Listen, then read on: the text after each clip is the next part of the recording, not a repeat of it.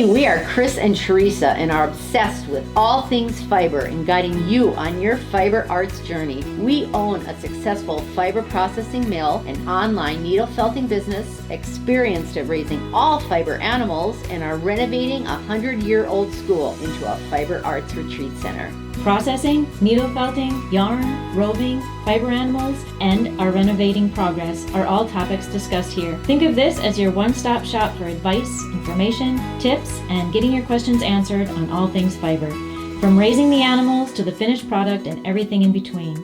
So pull up a seat, make sure you're cozy, and get ready to be inspired while you learn. This is EweTube. Hello, welcome to EweTube number 49. Just about 50. Just about 50. We are sitting amongst the rubble in the school, but what we are sitting in is our future recording studio, so to speak, right? Yes. Is that what we call it? Because that's where we're going to be making, we're going to have that egg carton foam, and we've got natural light. So in the front here will be the restrooms for the dining space and the bar space, and then in the back we'll have a little janitor space, and then we'll have our little recording area. So we thought and they just took this middle non-load bearing wall out, and we are sitting in coat rooms. Coat room on this side, coat room on that side, and yeah, so here we are. So we thought it was applicable that we perched ourselves among the rubble and Plus gave you a little... Too noisy in the gym. Yeah, it was very noisy in the gym. It's a little hot in here though. So a little more. Yes, anyway, okay. Can I share our news? Nana is pregnant. Do y'all remember Nana that Teresa worked months on, and a lot of maybe you folks felt it along with her? Yeah. Well, she is pregnant and she's going to be moving into the gym, so we can... we can't sell her while she's pregnant. Can't sell her, so we make sure everything is going okay for the next 22 months. So we're so excited. We're so excited. And I just love her. Anywho, and otherwise, we have been so busy working on getting the gym all cleaned up and ready for the open house, which is next week. Goodness. And we had a visitor today. Another alumni. Yeah. Or a couple. Couple alumni, yep. Yeah, that was super special. So super, super special. Yeah, and we are having products delivered for the open house next week, and yeah. Lots of deliveries, lots of things happening. Yeah. Yep. And the open house hours are? Friday, Next the Friday? 24th, from 5 to 8 p.m. And Saturday, the 25th, is 10 to 6. Yep. And Sunday, the 20th. What's going on Saturday, though? Oh, Saturday is we're having the Fladlands perform music from 2 to 4 for us. Bluegrass. Yes. And then on Sunday, we will be open from 12 to 6. And at 3 p.m., we will have Micaiah's Studio of Ballet perform. If you remember, was it last fall? They performed in the gym, or they did. They came and danced in the gym, and I had videos of that. And so they'll be back performing on Sunday at 3, and then Monday the 27th from 5 to 8 in the evening. And that'll be our open house. Anybody's welcome to come. Yep, we'll have few alpacas and some sheep and out back, and be selling food. Yep, we'll have food for sale and Drinks. Yep, cash bar, and You can shop any of our products. You can shop the Gnome merchandise. you can see, of course, the gym. You can meet us, visit with us. You can see the plans for this for phase 2. Yeah. You won't be able to come in here because it's a little dangerous. It's a little well, as you can see, and then we're walking across there, and there's all these slats have these like nails sticking out, and yeah, but it's all good. And plus on Monday, they're going to be starting work on the foundation They're gonna be putting in the piers Mm-hmm. for stabilizing the east I think side. removing most of the Oh, that's right, they have to make rest a of the ramp. back and putting Yeah. a ramp in. I think the piers were on Wednesday. Yes, you are right. So we got things happening, and they've ordered the rebar, they've ordered the steel, and yeah, things will be happening now. We're so pleased. Holy fly. Yes, and I guess we finished the dry rack video finally. Oh my goodness. We finished filming it. We're not Yeah, finished with the rest of the editing, which will take a little bit, especially with everything that's going on. So Yeah. hopefully soon we'll have that ready for everybody to watch on YouTube. Yeah.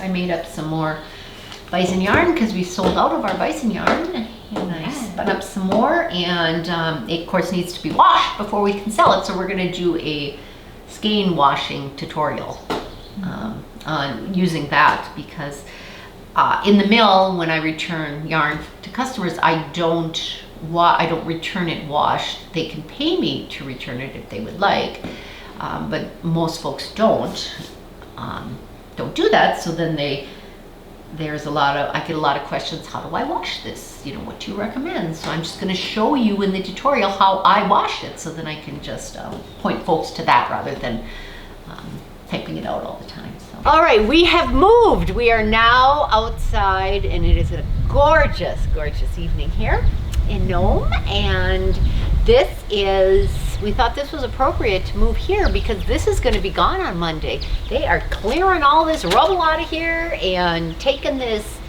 back wall out to make a ramp here for the pier truck or whatever to put their little supporting. We think it's a pier truck. They're supporting thingies in to support that wall, which is behind you is the east wall of the school. And this wall that you can see here, the line there with the brick above it, that is where they added the floor over the gymnasium, which was somewhere under this rubble. And then put the cafeteria in on top of it. So that's kinda cool. They did that when they added the new gym on. Yeah, yep. The gym that we are opening next week. So, kind of interesting. Yeah, so the school is that way, the gym is that way. North is that way. And we're East is just that way. We're just hanging out, and this is sitting really in neat. the rubble. It's just, yeah, And if you love it. had seen pictures that I had posted over the past year or two, this was where it was caving in. All the floors were caving in. The roof had leaked, and so we had to remove this whole back portion. Now save this. So now we're removing this whole. Yep, and that's where the floor trusses that were in here was what is all over the gym. Yeah. We use that for the shelving on the bar, and And this is where the new addition will go. we'll be Where we sitting are. in the mill. That's exciting. It's really great. The super cool machine that we're going to show you when we do the tutorial on how to wash yarn that spins out the fiber, and you never get to see it, but it's amazing. It's in the mill. I've been using the same Kenmore washing machine that I bought brand new. I bought every extended warranty I could get, so on and so forth, because I thought for sure that sucker would die within a year, but 11 years later it's still going strong, and she's rusting quite a bit, but all she does is spin. But when you use a washing machine like that, especially a newer one, you put it in, it has to lock, and then it has to level itself, and then it spins a while, and then you turn it off, and then it has to wait till it stops spinning for the locking mechanism to open. And if you try to disable that, then the machine doesn't work, period. So this little gadget holds 22 pounds, and it's just little. And within 30 seconds, it spun this. We did a bunch of Wensleydale locks in it. We took them out, and well, you did, I did, and it was dry. It was like I could have done cartwheels. It was the coolest thing. This machine, $160. It's pretty neat. If you do a lot of wool washing, yarn washing, so recommended. So you'll have to find out about that in the yarn washing tutorial. Yes, which is coming up. Which is coming up. It's not up yet. I'm still working on the last video, which is The dry rack. Dry video, rack which video. we have finished. We finished filming it, and now that it's going to be edited. Yeah. Amongst the next 2 weeks, which are a little so bit hectic. full. But good. So we'll see in how a good way. Yep. And then the ceiling. Thank you for. I know a lot of folks are praying for us, and we want to thank the insulation company that they came out on Monday and stepped forward and. Yeah, they took a look at it. So it was. If you haven't watched previous episode, all the insulation was wet. It was actually dripping from the new ceiling onto the light fixtures. And so we were a little concerned. And the insulation company came out on Monday and took a look at it. And the roof isn't leaking. It's just that moisture got in there from inside the building, got into the insulation area. Because it's sealed so tightly, and it's been so humid. Yeah, and so the moisture got in there, and it should have been sealed more thoroughly on the inside, and so that the moisture can't get in there. So now the first option, or Plan A, is we have 5 dehumidifiers going right now, and 2 air conditioners, trying to suck the moisture out of the ceiling, out of the insulation. So that's Plan A. Plan B would be to drill little holes to let more moisture escape. Because right now we're trying to suck it out the same way it went in, which is just through tiny little places.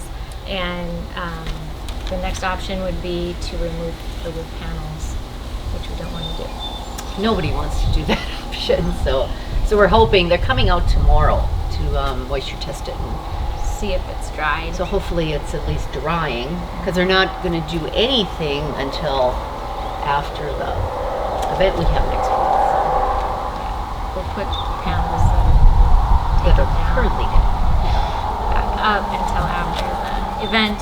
And then we were looking forward to having classes and open days, but we're waiting to find out if they're gonna have to do a bunch of stuff in there. Then that'll have to be postponed. But stay tuned. Yeah, but yeah, so it's all good. It's all it's going to be okay. Yeah, we were just so pleased on how it's all been handled. And that was very, very good. Yes, and then we have some questions. Harvest Host. Do you want to explain what Harvest Host is? Yeah, we've had several people ask or mention that Harvest Hosts to us. And that is, so Harvest Hosts are like farms or wineries or breweries or places of or business. Schools. Renovated schools. Anyway, places of business that have areas where you can come and camp for free. And to become a Harvest Host member, to be able to stay at these farms and places for free, you have to join this membership. But we would like to become Harvest Hosts so that we can host people coming here to camp. And then all that they ask of the members that go and camp at all these places is to patronize the business or the farm or whatever that they're staying on. So we want to, we're going through the process of becoming Harvest Hosts so that you can come and stay over here to the north of the school. Yes, in the old baseball diamond field area. Yeah, so. Yeah, and our neighbors keeping it all nicely mowed and looks so nice. So yeah, then you'd be able to come and enjoy the things that we offer here at the school and our animals and things like that. Yeah, fun. We're in the process of doing that, and thank you for those recommendations. Absolutely. Yeah, we weren't fully aware of that. Yeah. Until just a couple years ago, anyway. Kind of cool. So we'd love to have campers if you're traveling through. That would be great. Yep. Especially since we don't have our rooms ready for a while. So well, hopefully sooner rather than later, but one step at a time here. So if you want to come enjoy our classes and everything that we offer here, you'd have to come camp or just come for the day. Yes. And then we had a lot of awesome comments. Thank you so much on the sheep head that you made. So in our last few videos, YouTubes, we've been in the bar where we built our bar, and up in the middle of behind us is a sheep head that we have mounted on the wall behind us, and plan to make more, all the sheep breeds. So, and there was a lot of positive feedback on that, so that's pretty exciting. Yep. Yes, and the comment was they want a kit, they want an instructional video, something, so maybe in the academy. Yeah, since I'll be working on them, I should be able to put together an academy course for that. Yeah, it'd be a little too involved for a kit. What is the best wool for needle felting? Oh, the best wool. Yes. So there's all kinds of wool from all the different sheep breeds. They all have different characteristics: long, short, soft, coarse. There's some that work for needle felting. There's some that don't work at all. There is some that work better than others, and my favorite is Romney, which you just happen to raise. And that is the kind I raise, and I have questioned that over the years since people have asked me. So I've tried many different kinds, and I still come back to Romney because it felt to be dense. Others that I have felted with are spongy and squishy. You can't ever get them dense, and it doesn't show the holes of the needle as much. And it is soft. Mine is soft. There's softer, such as merino, but merino is spongy. It never felts to be solid. And wet felt's nice. Yes, I enjoy wet felting with merino, but my favorite wool to use needle felting, and what I use in all my sculptures, is Romney wool. So, and does it matter if you use roving, which is, yes, that's what it's called, roving in the rope form, or cloud? It doesn't. They both work for needle felting. And roving was just designed for hand spinners, so that it comes out in a long string. And all the fibers are pretty much aligned. So for spinning, that's what roving is. So you can needle felt from a cloud, And what's cloud? Cloud is just a fluff of, a cloud-like. It's not all in the same. All the fibers aren't going in the same direction. Yeah, but that's what Which doesn't matter. Yeah, and that's what I wet felt with too. Is the cloud, because it's easier to spread out. Yes, or you could wet felt too. I've used a bat too. That works super good. And Cordale is.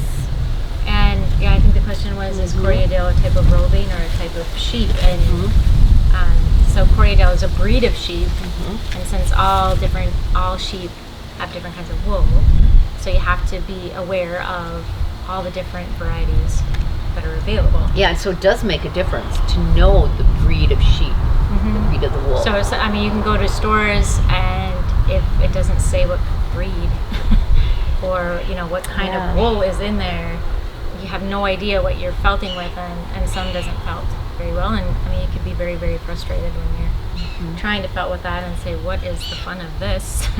When it can be really fun if you have the right wool, the right equipment to felt with.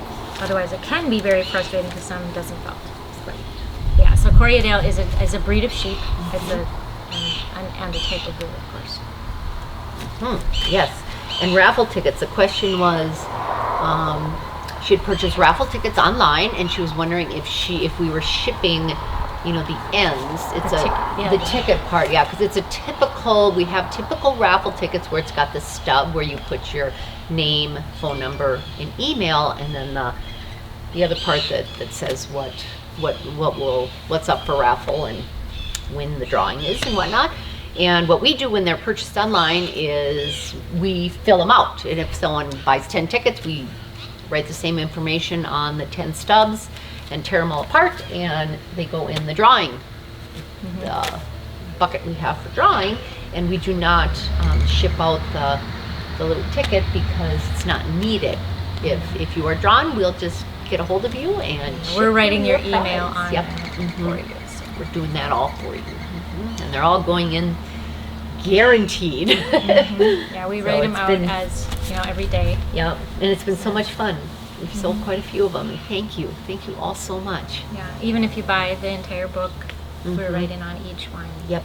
So that you Yeah. have that many options of winning. Yes, yes. And when we do it, we will we'll be doing a live. It's on the July 30th, and we'll do it live as we do the drawing. So wherever you are, you can watch the drawing.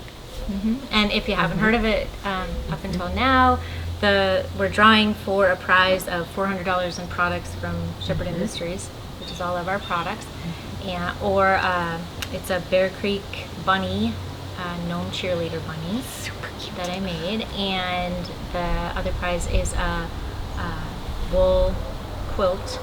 Well, it's a throw Yeah. with Cotton, beautiful cotton printed. covering. Yeah, it's gorgeous. With sheep on it and red barn, and it's just Yeah, beautiful. that's one of them, and then the other one was $50 $50 gift certificate. to Shepherd Industries products. Online or in hubs here? Yeah, and that can be used on anything in Yep. our store, like the Gnomes Schoolhouse things as well. So Absolutely, yes. And we'll be doing lives also during the event this coming up weekend. So as many as we can get in there, and we're hoping that it's pretty busy. yeah, so So- it depends on who we have available to do these lives. To help us, For yes. us. Yeah, we'll try and do them ourselves, but Yep. we're recruiting help from family and things. So Yeah. Low Hopefully we budget get quite a operation, few. you know? Yeah. So anywho, and our prize winner this week was Patty. Congratulations. yeah, congratulations. All you need to do is contact us through the gnomeschoolhouse.com website or bearcreekfelding.com, and through the contact form, give us your name and your address and the episode, which is number 49, Yes. and we will send out your prize. Yeah. And next week, it's number 50. Yes, number 50. And But how is that going to go? Because it's got a busy week. Yeah, We're going to try to squeeze that in. We'll squeeze one in. Yeah.